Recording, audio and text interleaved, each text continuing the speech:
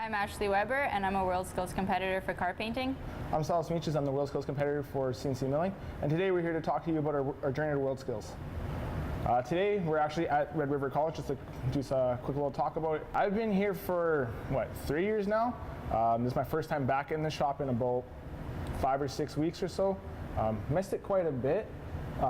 This is where, of course, I started, just because we're, of course, in the machine shop. But I know Ashley here didn't start in there. I know she started at Caledonia East. Yeah, I started at Caledonia East Collegiate. That's where I was introduced to the classes and the trades. I come to Red River once a year to do my apprenticeship program for 6 weeks of training. And it's kind of convenient how this is kind of where it all started for us. Skills Manitoba is held at Red River every year. This is how we were introduced to this entire journey. Yeah, all starts right here.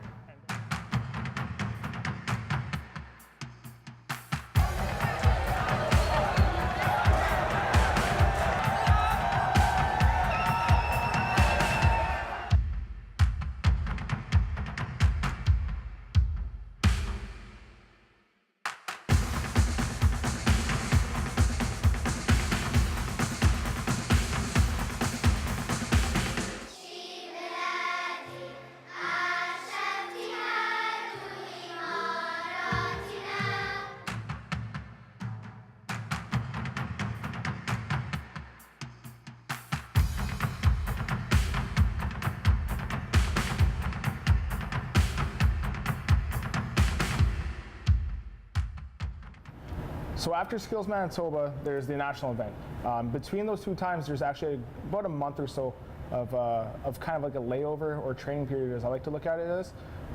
During that time, I took a full month really of just training in the shop every single day, just for the national event.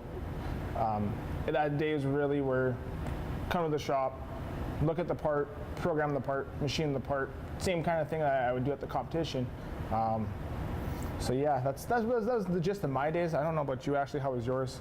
I was actually working already at that point for my second provincial competition, so I got most of my training at work. After work, I would go to Jobbers, so I actually went to Chase and got training there at Chase. So I got actual industry-specific training for the competition at Nationals, which was held in Moncton the year we both won. Yeah. Well, you won, I got silver, but it's all right, we both won something. It differs from Manitoba to Canada as well, right? It's a huge difference between a 1 and a 2-day competition. Yeah, you really feel the stress, I find. Like, I remember like going there and like I was like, oh yeah, I'm gonna be super cool. I'm gonna be like, I'm the guy. I'm gonna walk in. It's like, get there, it's like, oh, okay, this is a whole new thing. Yeah, it's a lot more strenuous having the 2-day competition as opposed to just the 1. Yeah, no, it definitely is. I can't deny that at all. I heard about like Skills Manitoba in high school and participated, I think, in one event beforehand. But it's just like one of the ones that's just like one of the smaller competitions, high school competitions really. But I didn't know it extended the whole way to like the nationals, to internationals, to where I'm at now. I heard about it in grade 10. In grade 11, we were kind of more introduced to it. We went to the actual competition just to watch. And then in grade 12, my teachers had asked me to go. So I went to the provincial in grade 12, and I won there and went to Saskatoon to nationals, which I didn't even know was a thing. And then I won there, and then when I went to work, I asked my boss if I could go to provincials again to see how I would do as a post-secondary level. So I did that and was successful and went to nationals again. And then it's crazy to think how far along on this journey we've come, just starting here at provincials, and then making Team Canada after we won. Yeah, no, it's really weird, especially the way I think about it, where it's when coming off a silver win, not a gold win like yourself. For myself at least, like they take 2 people, so I kind of got lucky in that aspect. So I'm not gonna lie, it's been great, but it's been such a long journey if you think about it. We started off in, what was that, July of 2016, really? Yeah. And then we have that 2-month break. First meeting in Ottawa, which was in September, if memory serves me correct. And then I know myself, I went to Sweden for Euroskills in the November, and then the trials ran around February, March, sometime around there. And then, of course, further on, like Skills Canada, all the other training stuff.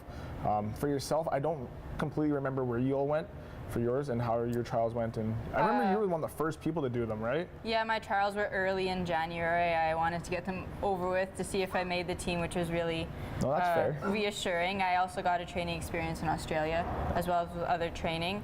And a lot of it was just starting out here and then moving to make the Manitoba team, which was awesome. And then all of a sudden we found out there's a Canada team, and it was just so surprising to us. Yeah, no, especially for myself, it's like my trainer and I, Warren, we were both kind of like thinking about that year. It's like, well, we've had a couple of gold medal winners in the past. Like, well, why didn't they qualify? Those should have been qualifying years. And then it was like we started like putting 2 and 2 together. It's like, oh wait, this is a qualifying year. So it added a whole new level of stress that we were thinking. It's like, okay, so I was just gonna go there to try to win gold, but it's like, no, now there's a world skills team. Because it's like, oh, that's another level of difficulty that we always want to. And that's go where for. it all started, right? Is just pretty much our teachers getting us into it, and then our family and everything just supporting us, giving us that all to do it, and that we can do it.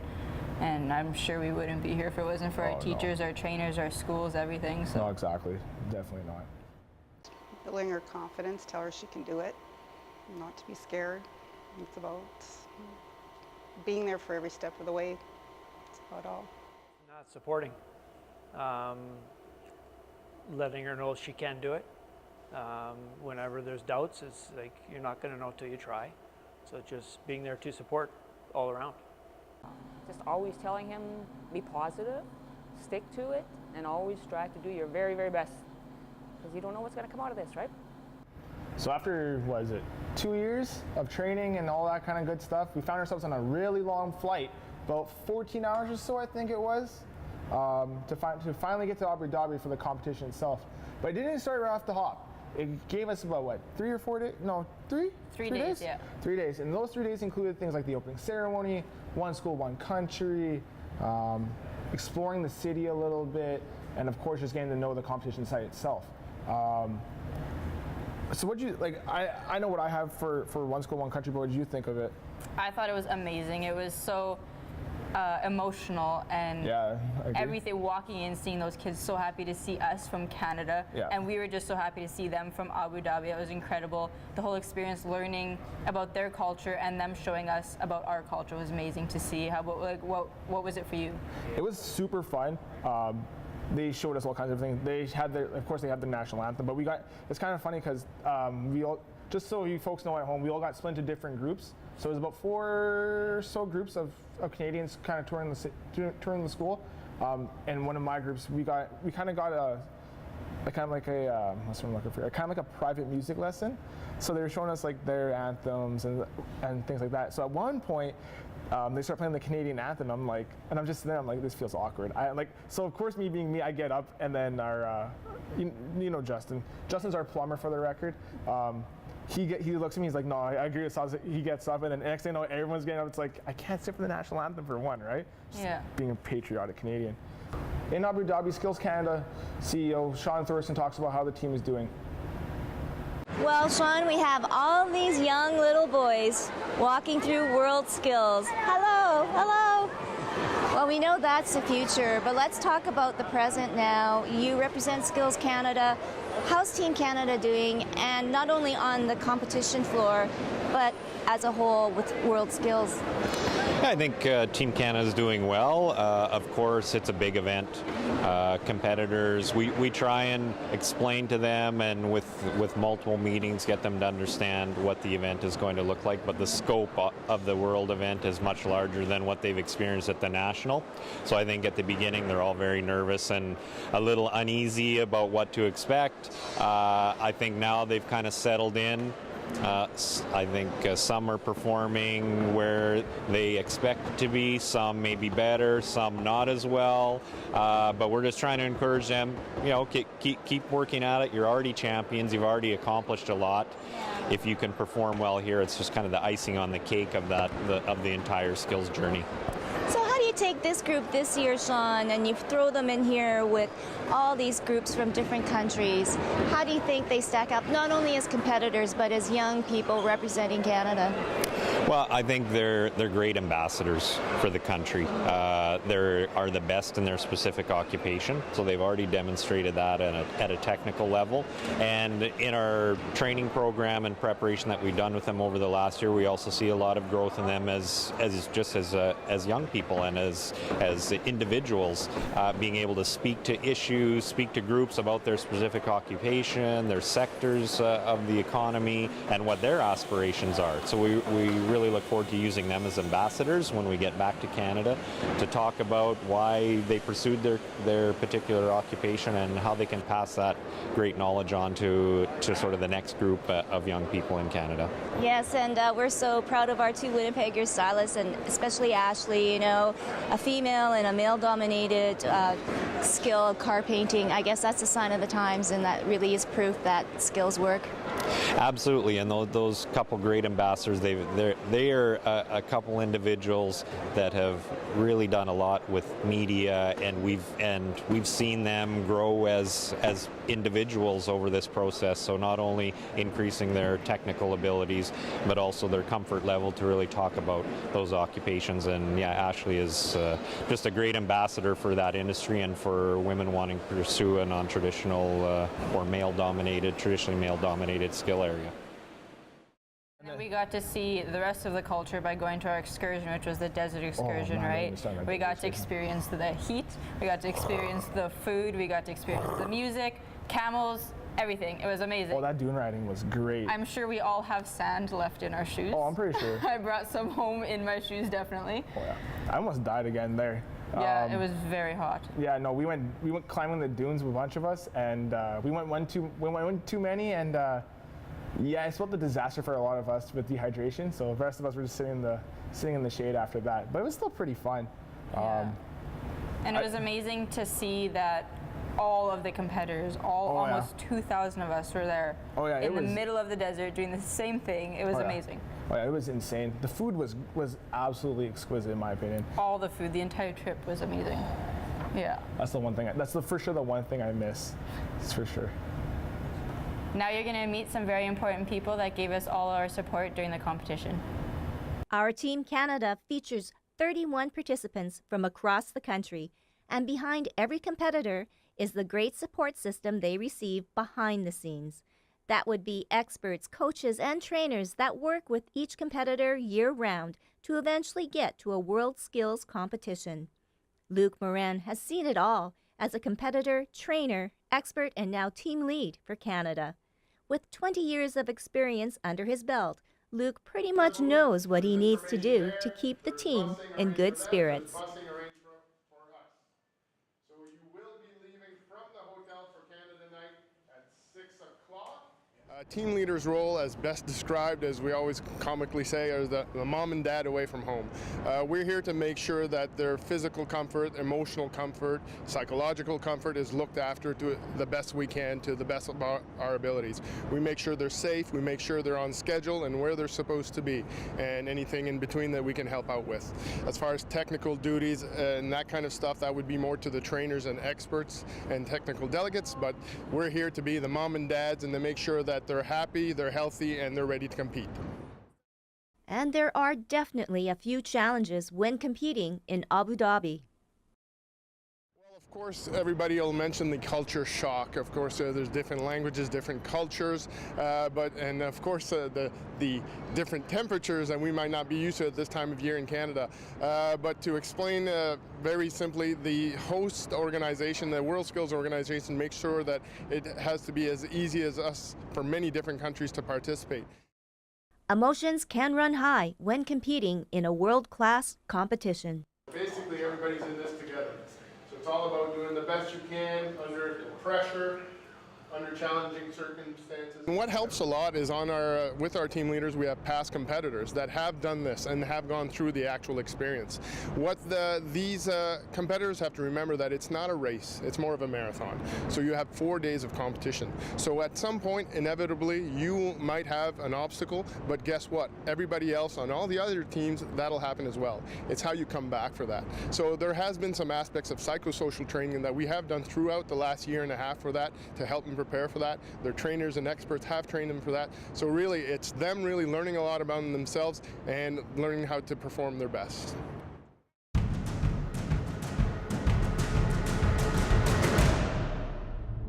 Well, it's always very very cool to have a brotherly love here at the World Skills in Abu Dhabi, and I've got Bo here. And Bo, well, your little brother's right behind us, and we got to be really careful not to disturb him, correct? That is correct, yeah.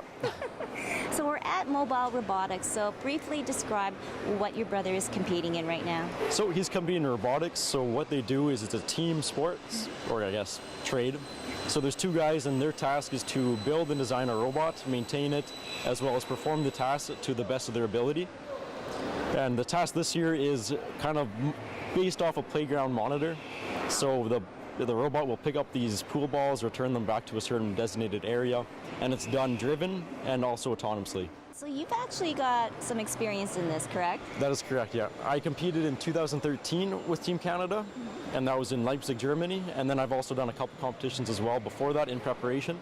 Wow, so what is it like? You can tell us now, as having been there, what is going through your brother's mind right now? Well, there's a lot of pressure. You're not just representing your hometown, your province anymore, you're representing all of Canada. So it's a lot of pressure, and you have people watching you. I mean, you have interviews going on right outside your competition area. Yeah, so, I mean, they've had a lot of preparation. We've been to competitions already. They've both grown a substantial amount throughout the past year of training. So they've gone from about here and they're way up there now. So it's good to see a lot of growth, personal and also their skills-wise. So I think they'll be able to handle the pressure quite well. It has taken 4 years for heavy mechanical maintenance to make it to the World Skills stage.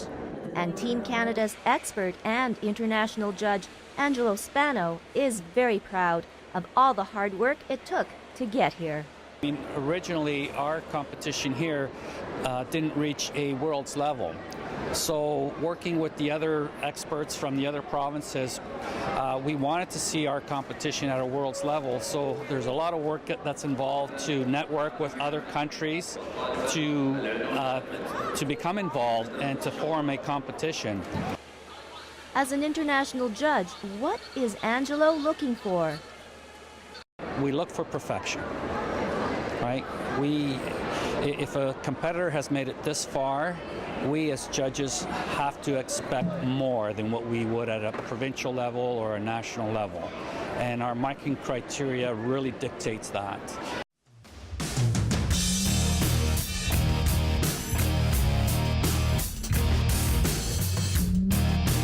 Jonathan Adair, I'm 21 from Barrie, Ontario, and I'm CNC turning. I manipulate an industrial machine to cut metal. It'll spin the material really fast and cut away from it with a cutting bit. It's opposite to milling, where it holds the part still and moves the cutter around it. Kind of got influenced by my shop teacher and loved it. Did it all through high school and got a college course really similar to that and kept going with it, and now I'm at Worlds, so I guess it's not that bad. Really cool to be around the world. Never really traveled before Skills took us around, so being around the world is unreal.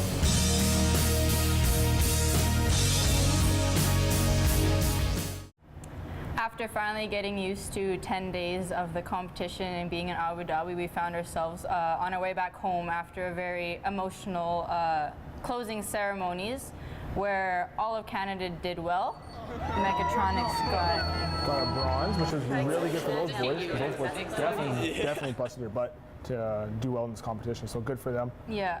And almost half of Canada came home with medallions of excellence, which was amazing as well. That's definitely a big goal for Canada, is always to bring home medallions of excellence, which means you met or surpassed industry standards.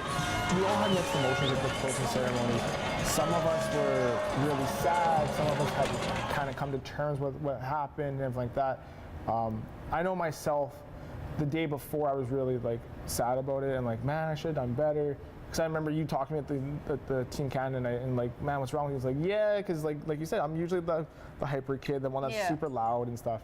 But and that day I was just super quiet. And then the day after that, I kind of came as you started walking, I know I'm not doing well. I'm just I want to see someone on this team do better than I do. I want to see someone bring home a medal. Yeah. Which was of course being the Mechatronics boys, Adrian Theo brought it, which was great.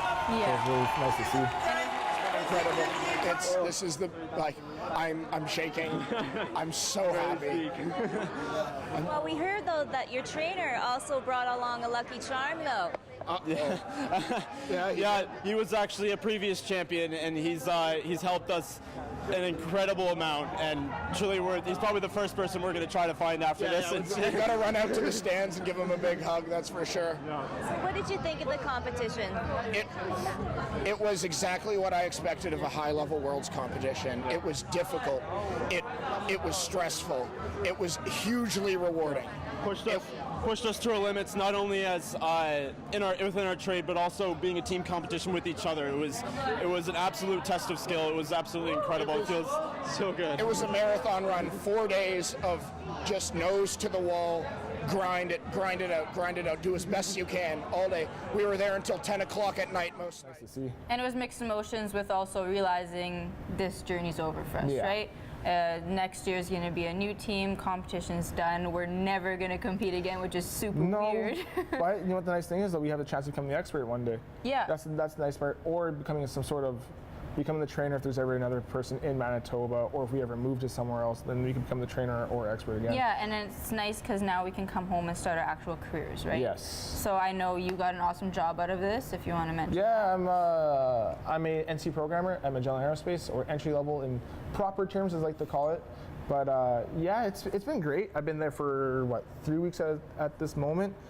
It's been great. It's just been a good learning experience. It's definitely like a level above what I was doing for Worlds, so it's really nice and really difficult, but that's what I'm looking for. It's a good learning challenge. Yeah. And you're still at the same job you were at beforehand, right? Yeah, I'm still at Urban Auto Body. It's great to be there and actually put in my knowledge that I've got from skills, which we all got. We all put ourselves so much ahead in our careers, which is amazing. Oh, yeah, and definitely. I can go to work and be confident in what I'm doing, because that's really what skills brought to me, was all the confidence. I walked into the Manitoba competition, zero confidence, and now I can go to work and actually feel like I know what I'm doing, which is really nice. Yeah. Abu Dhabi has welcomed nearly 1,300 competitors from 59 countries and regions across 51 skills. We were inspired by your efforts, and tonight it is all about celebrating you.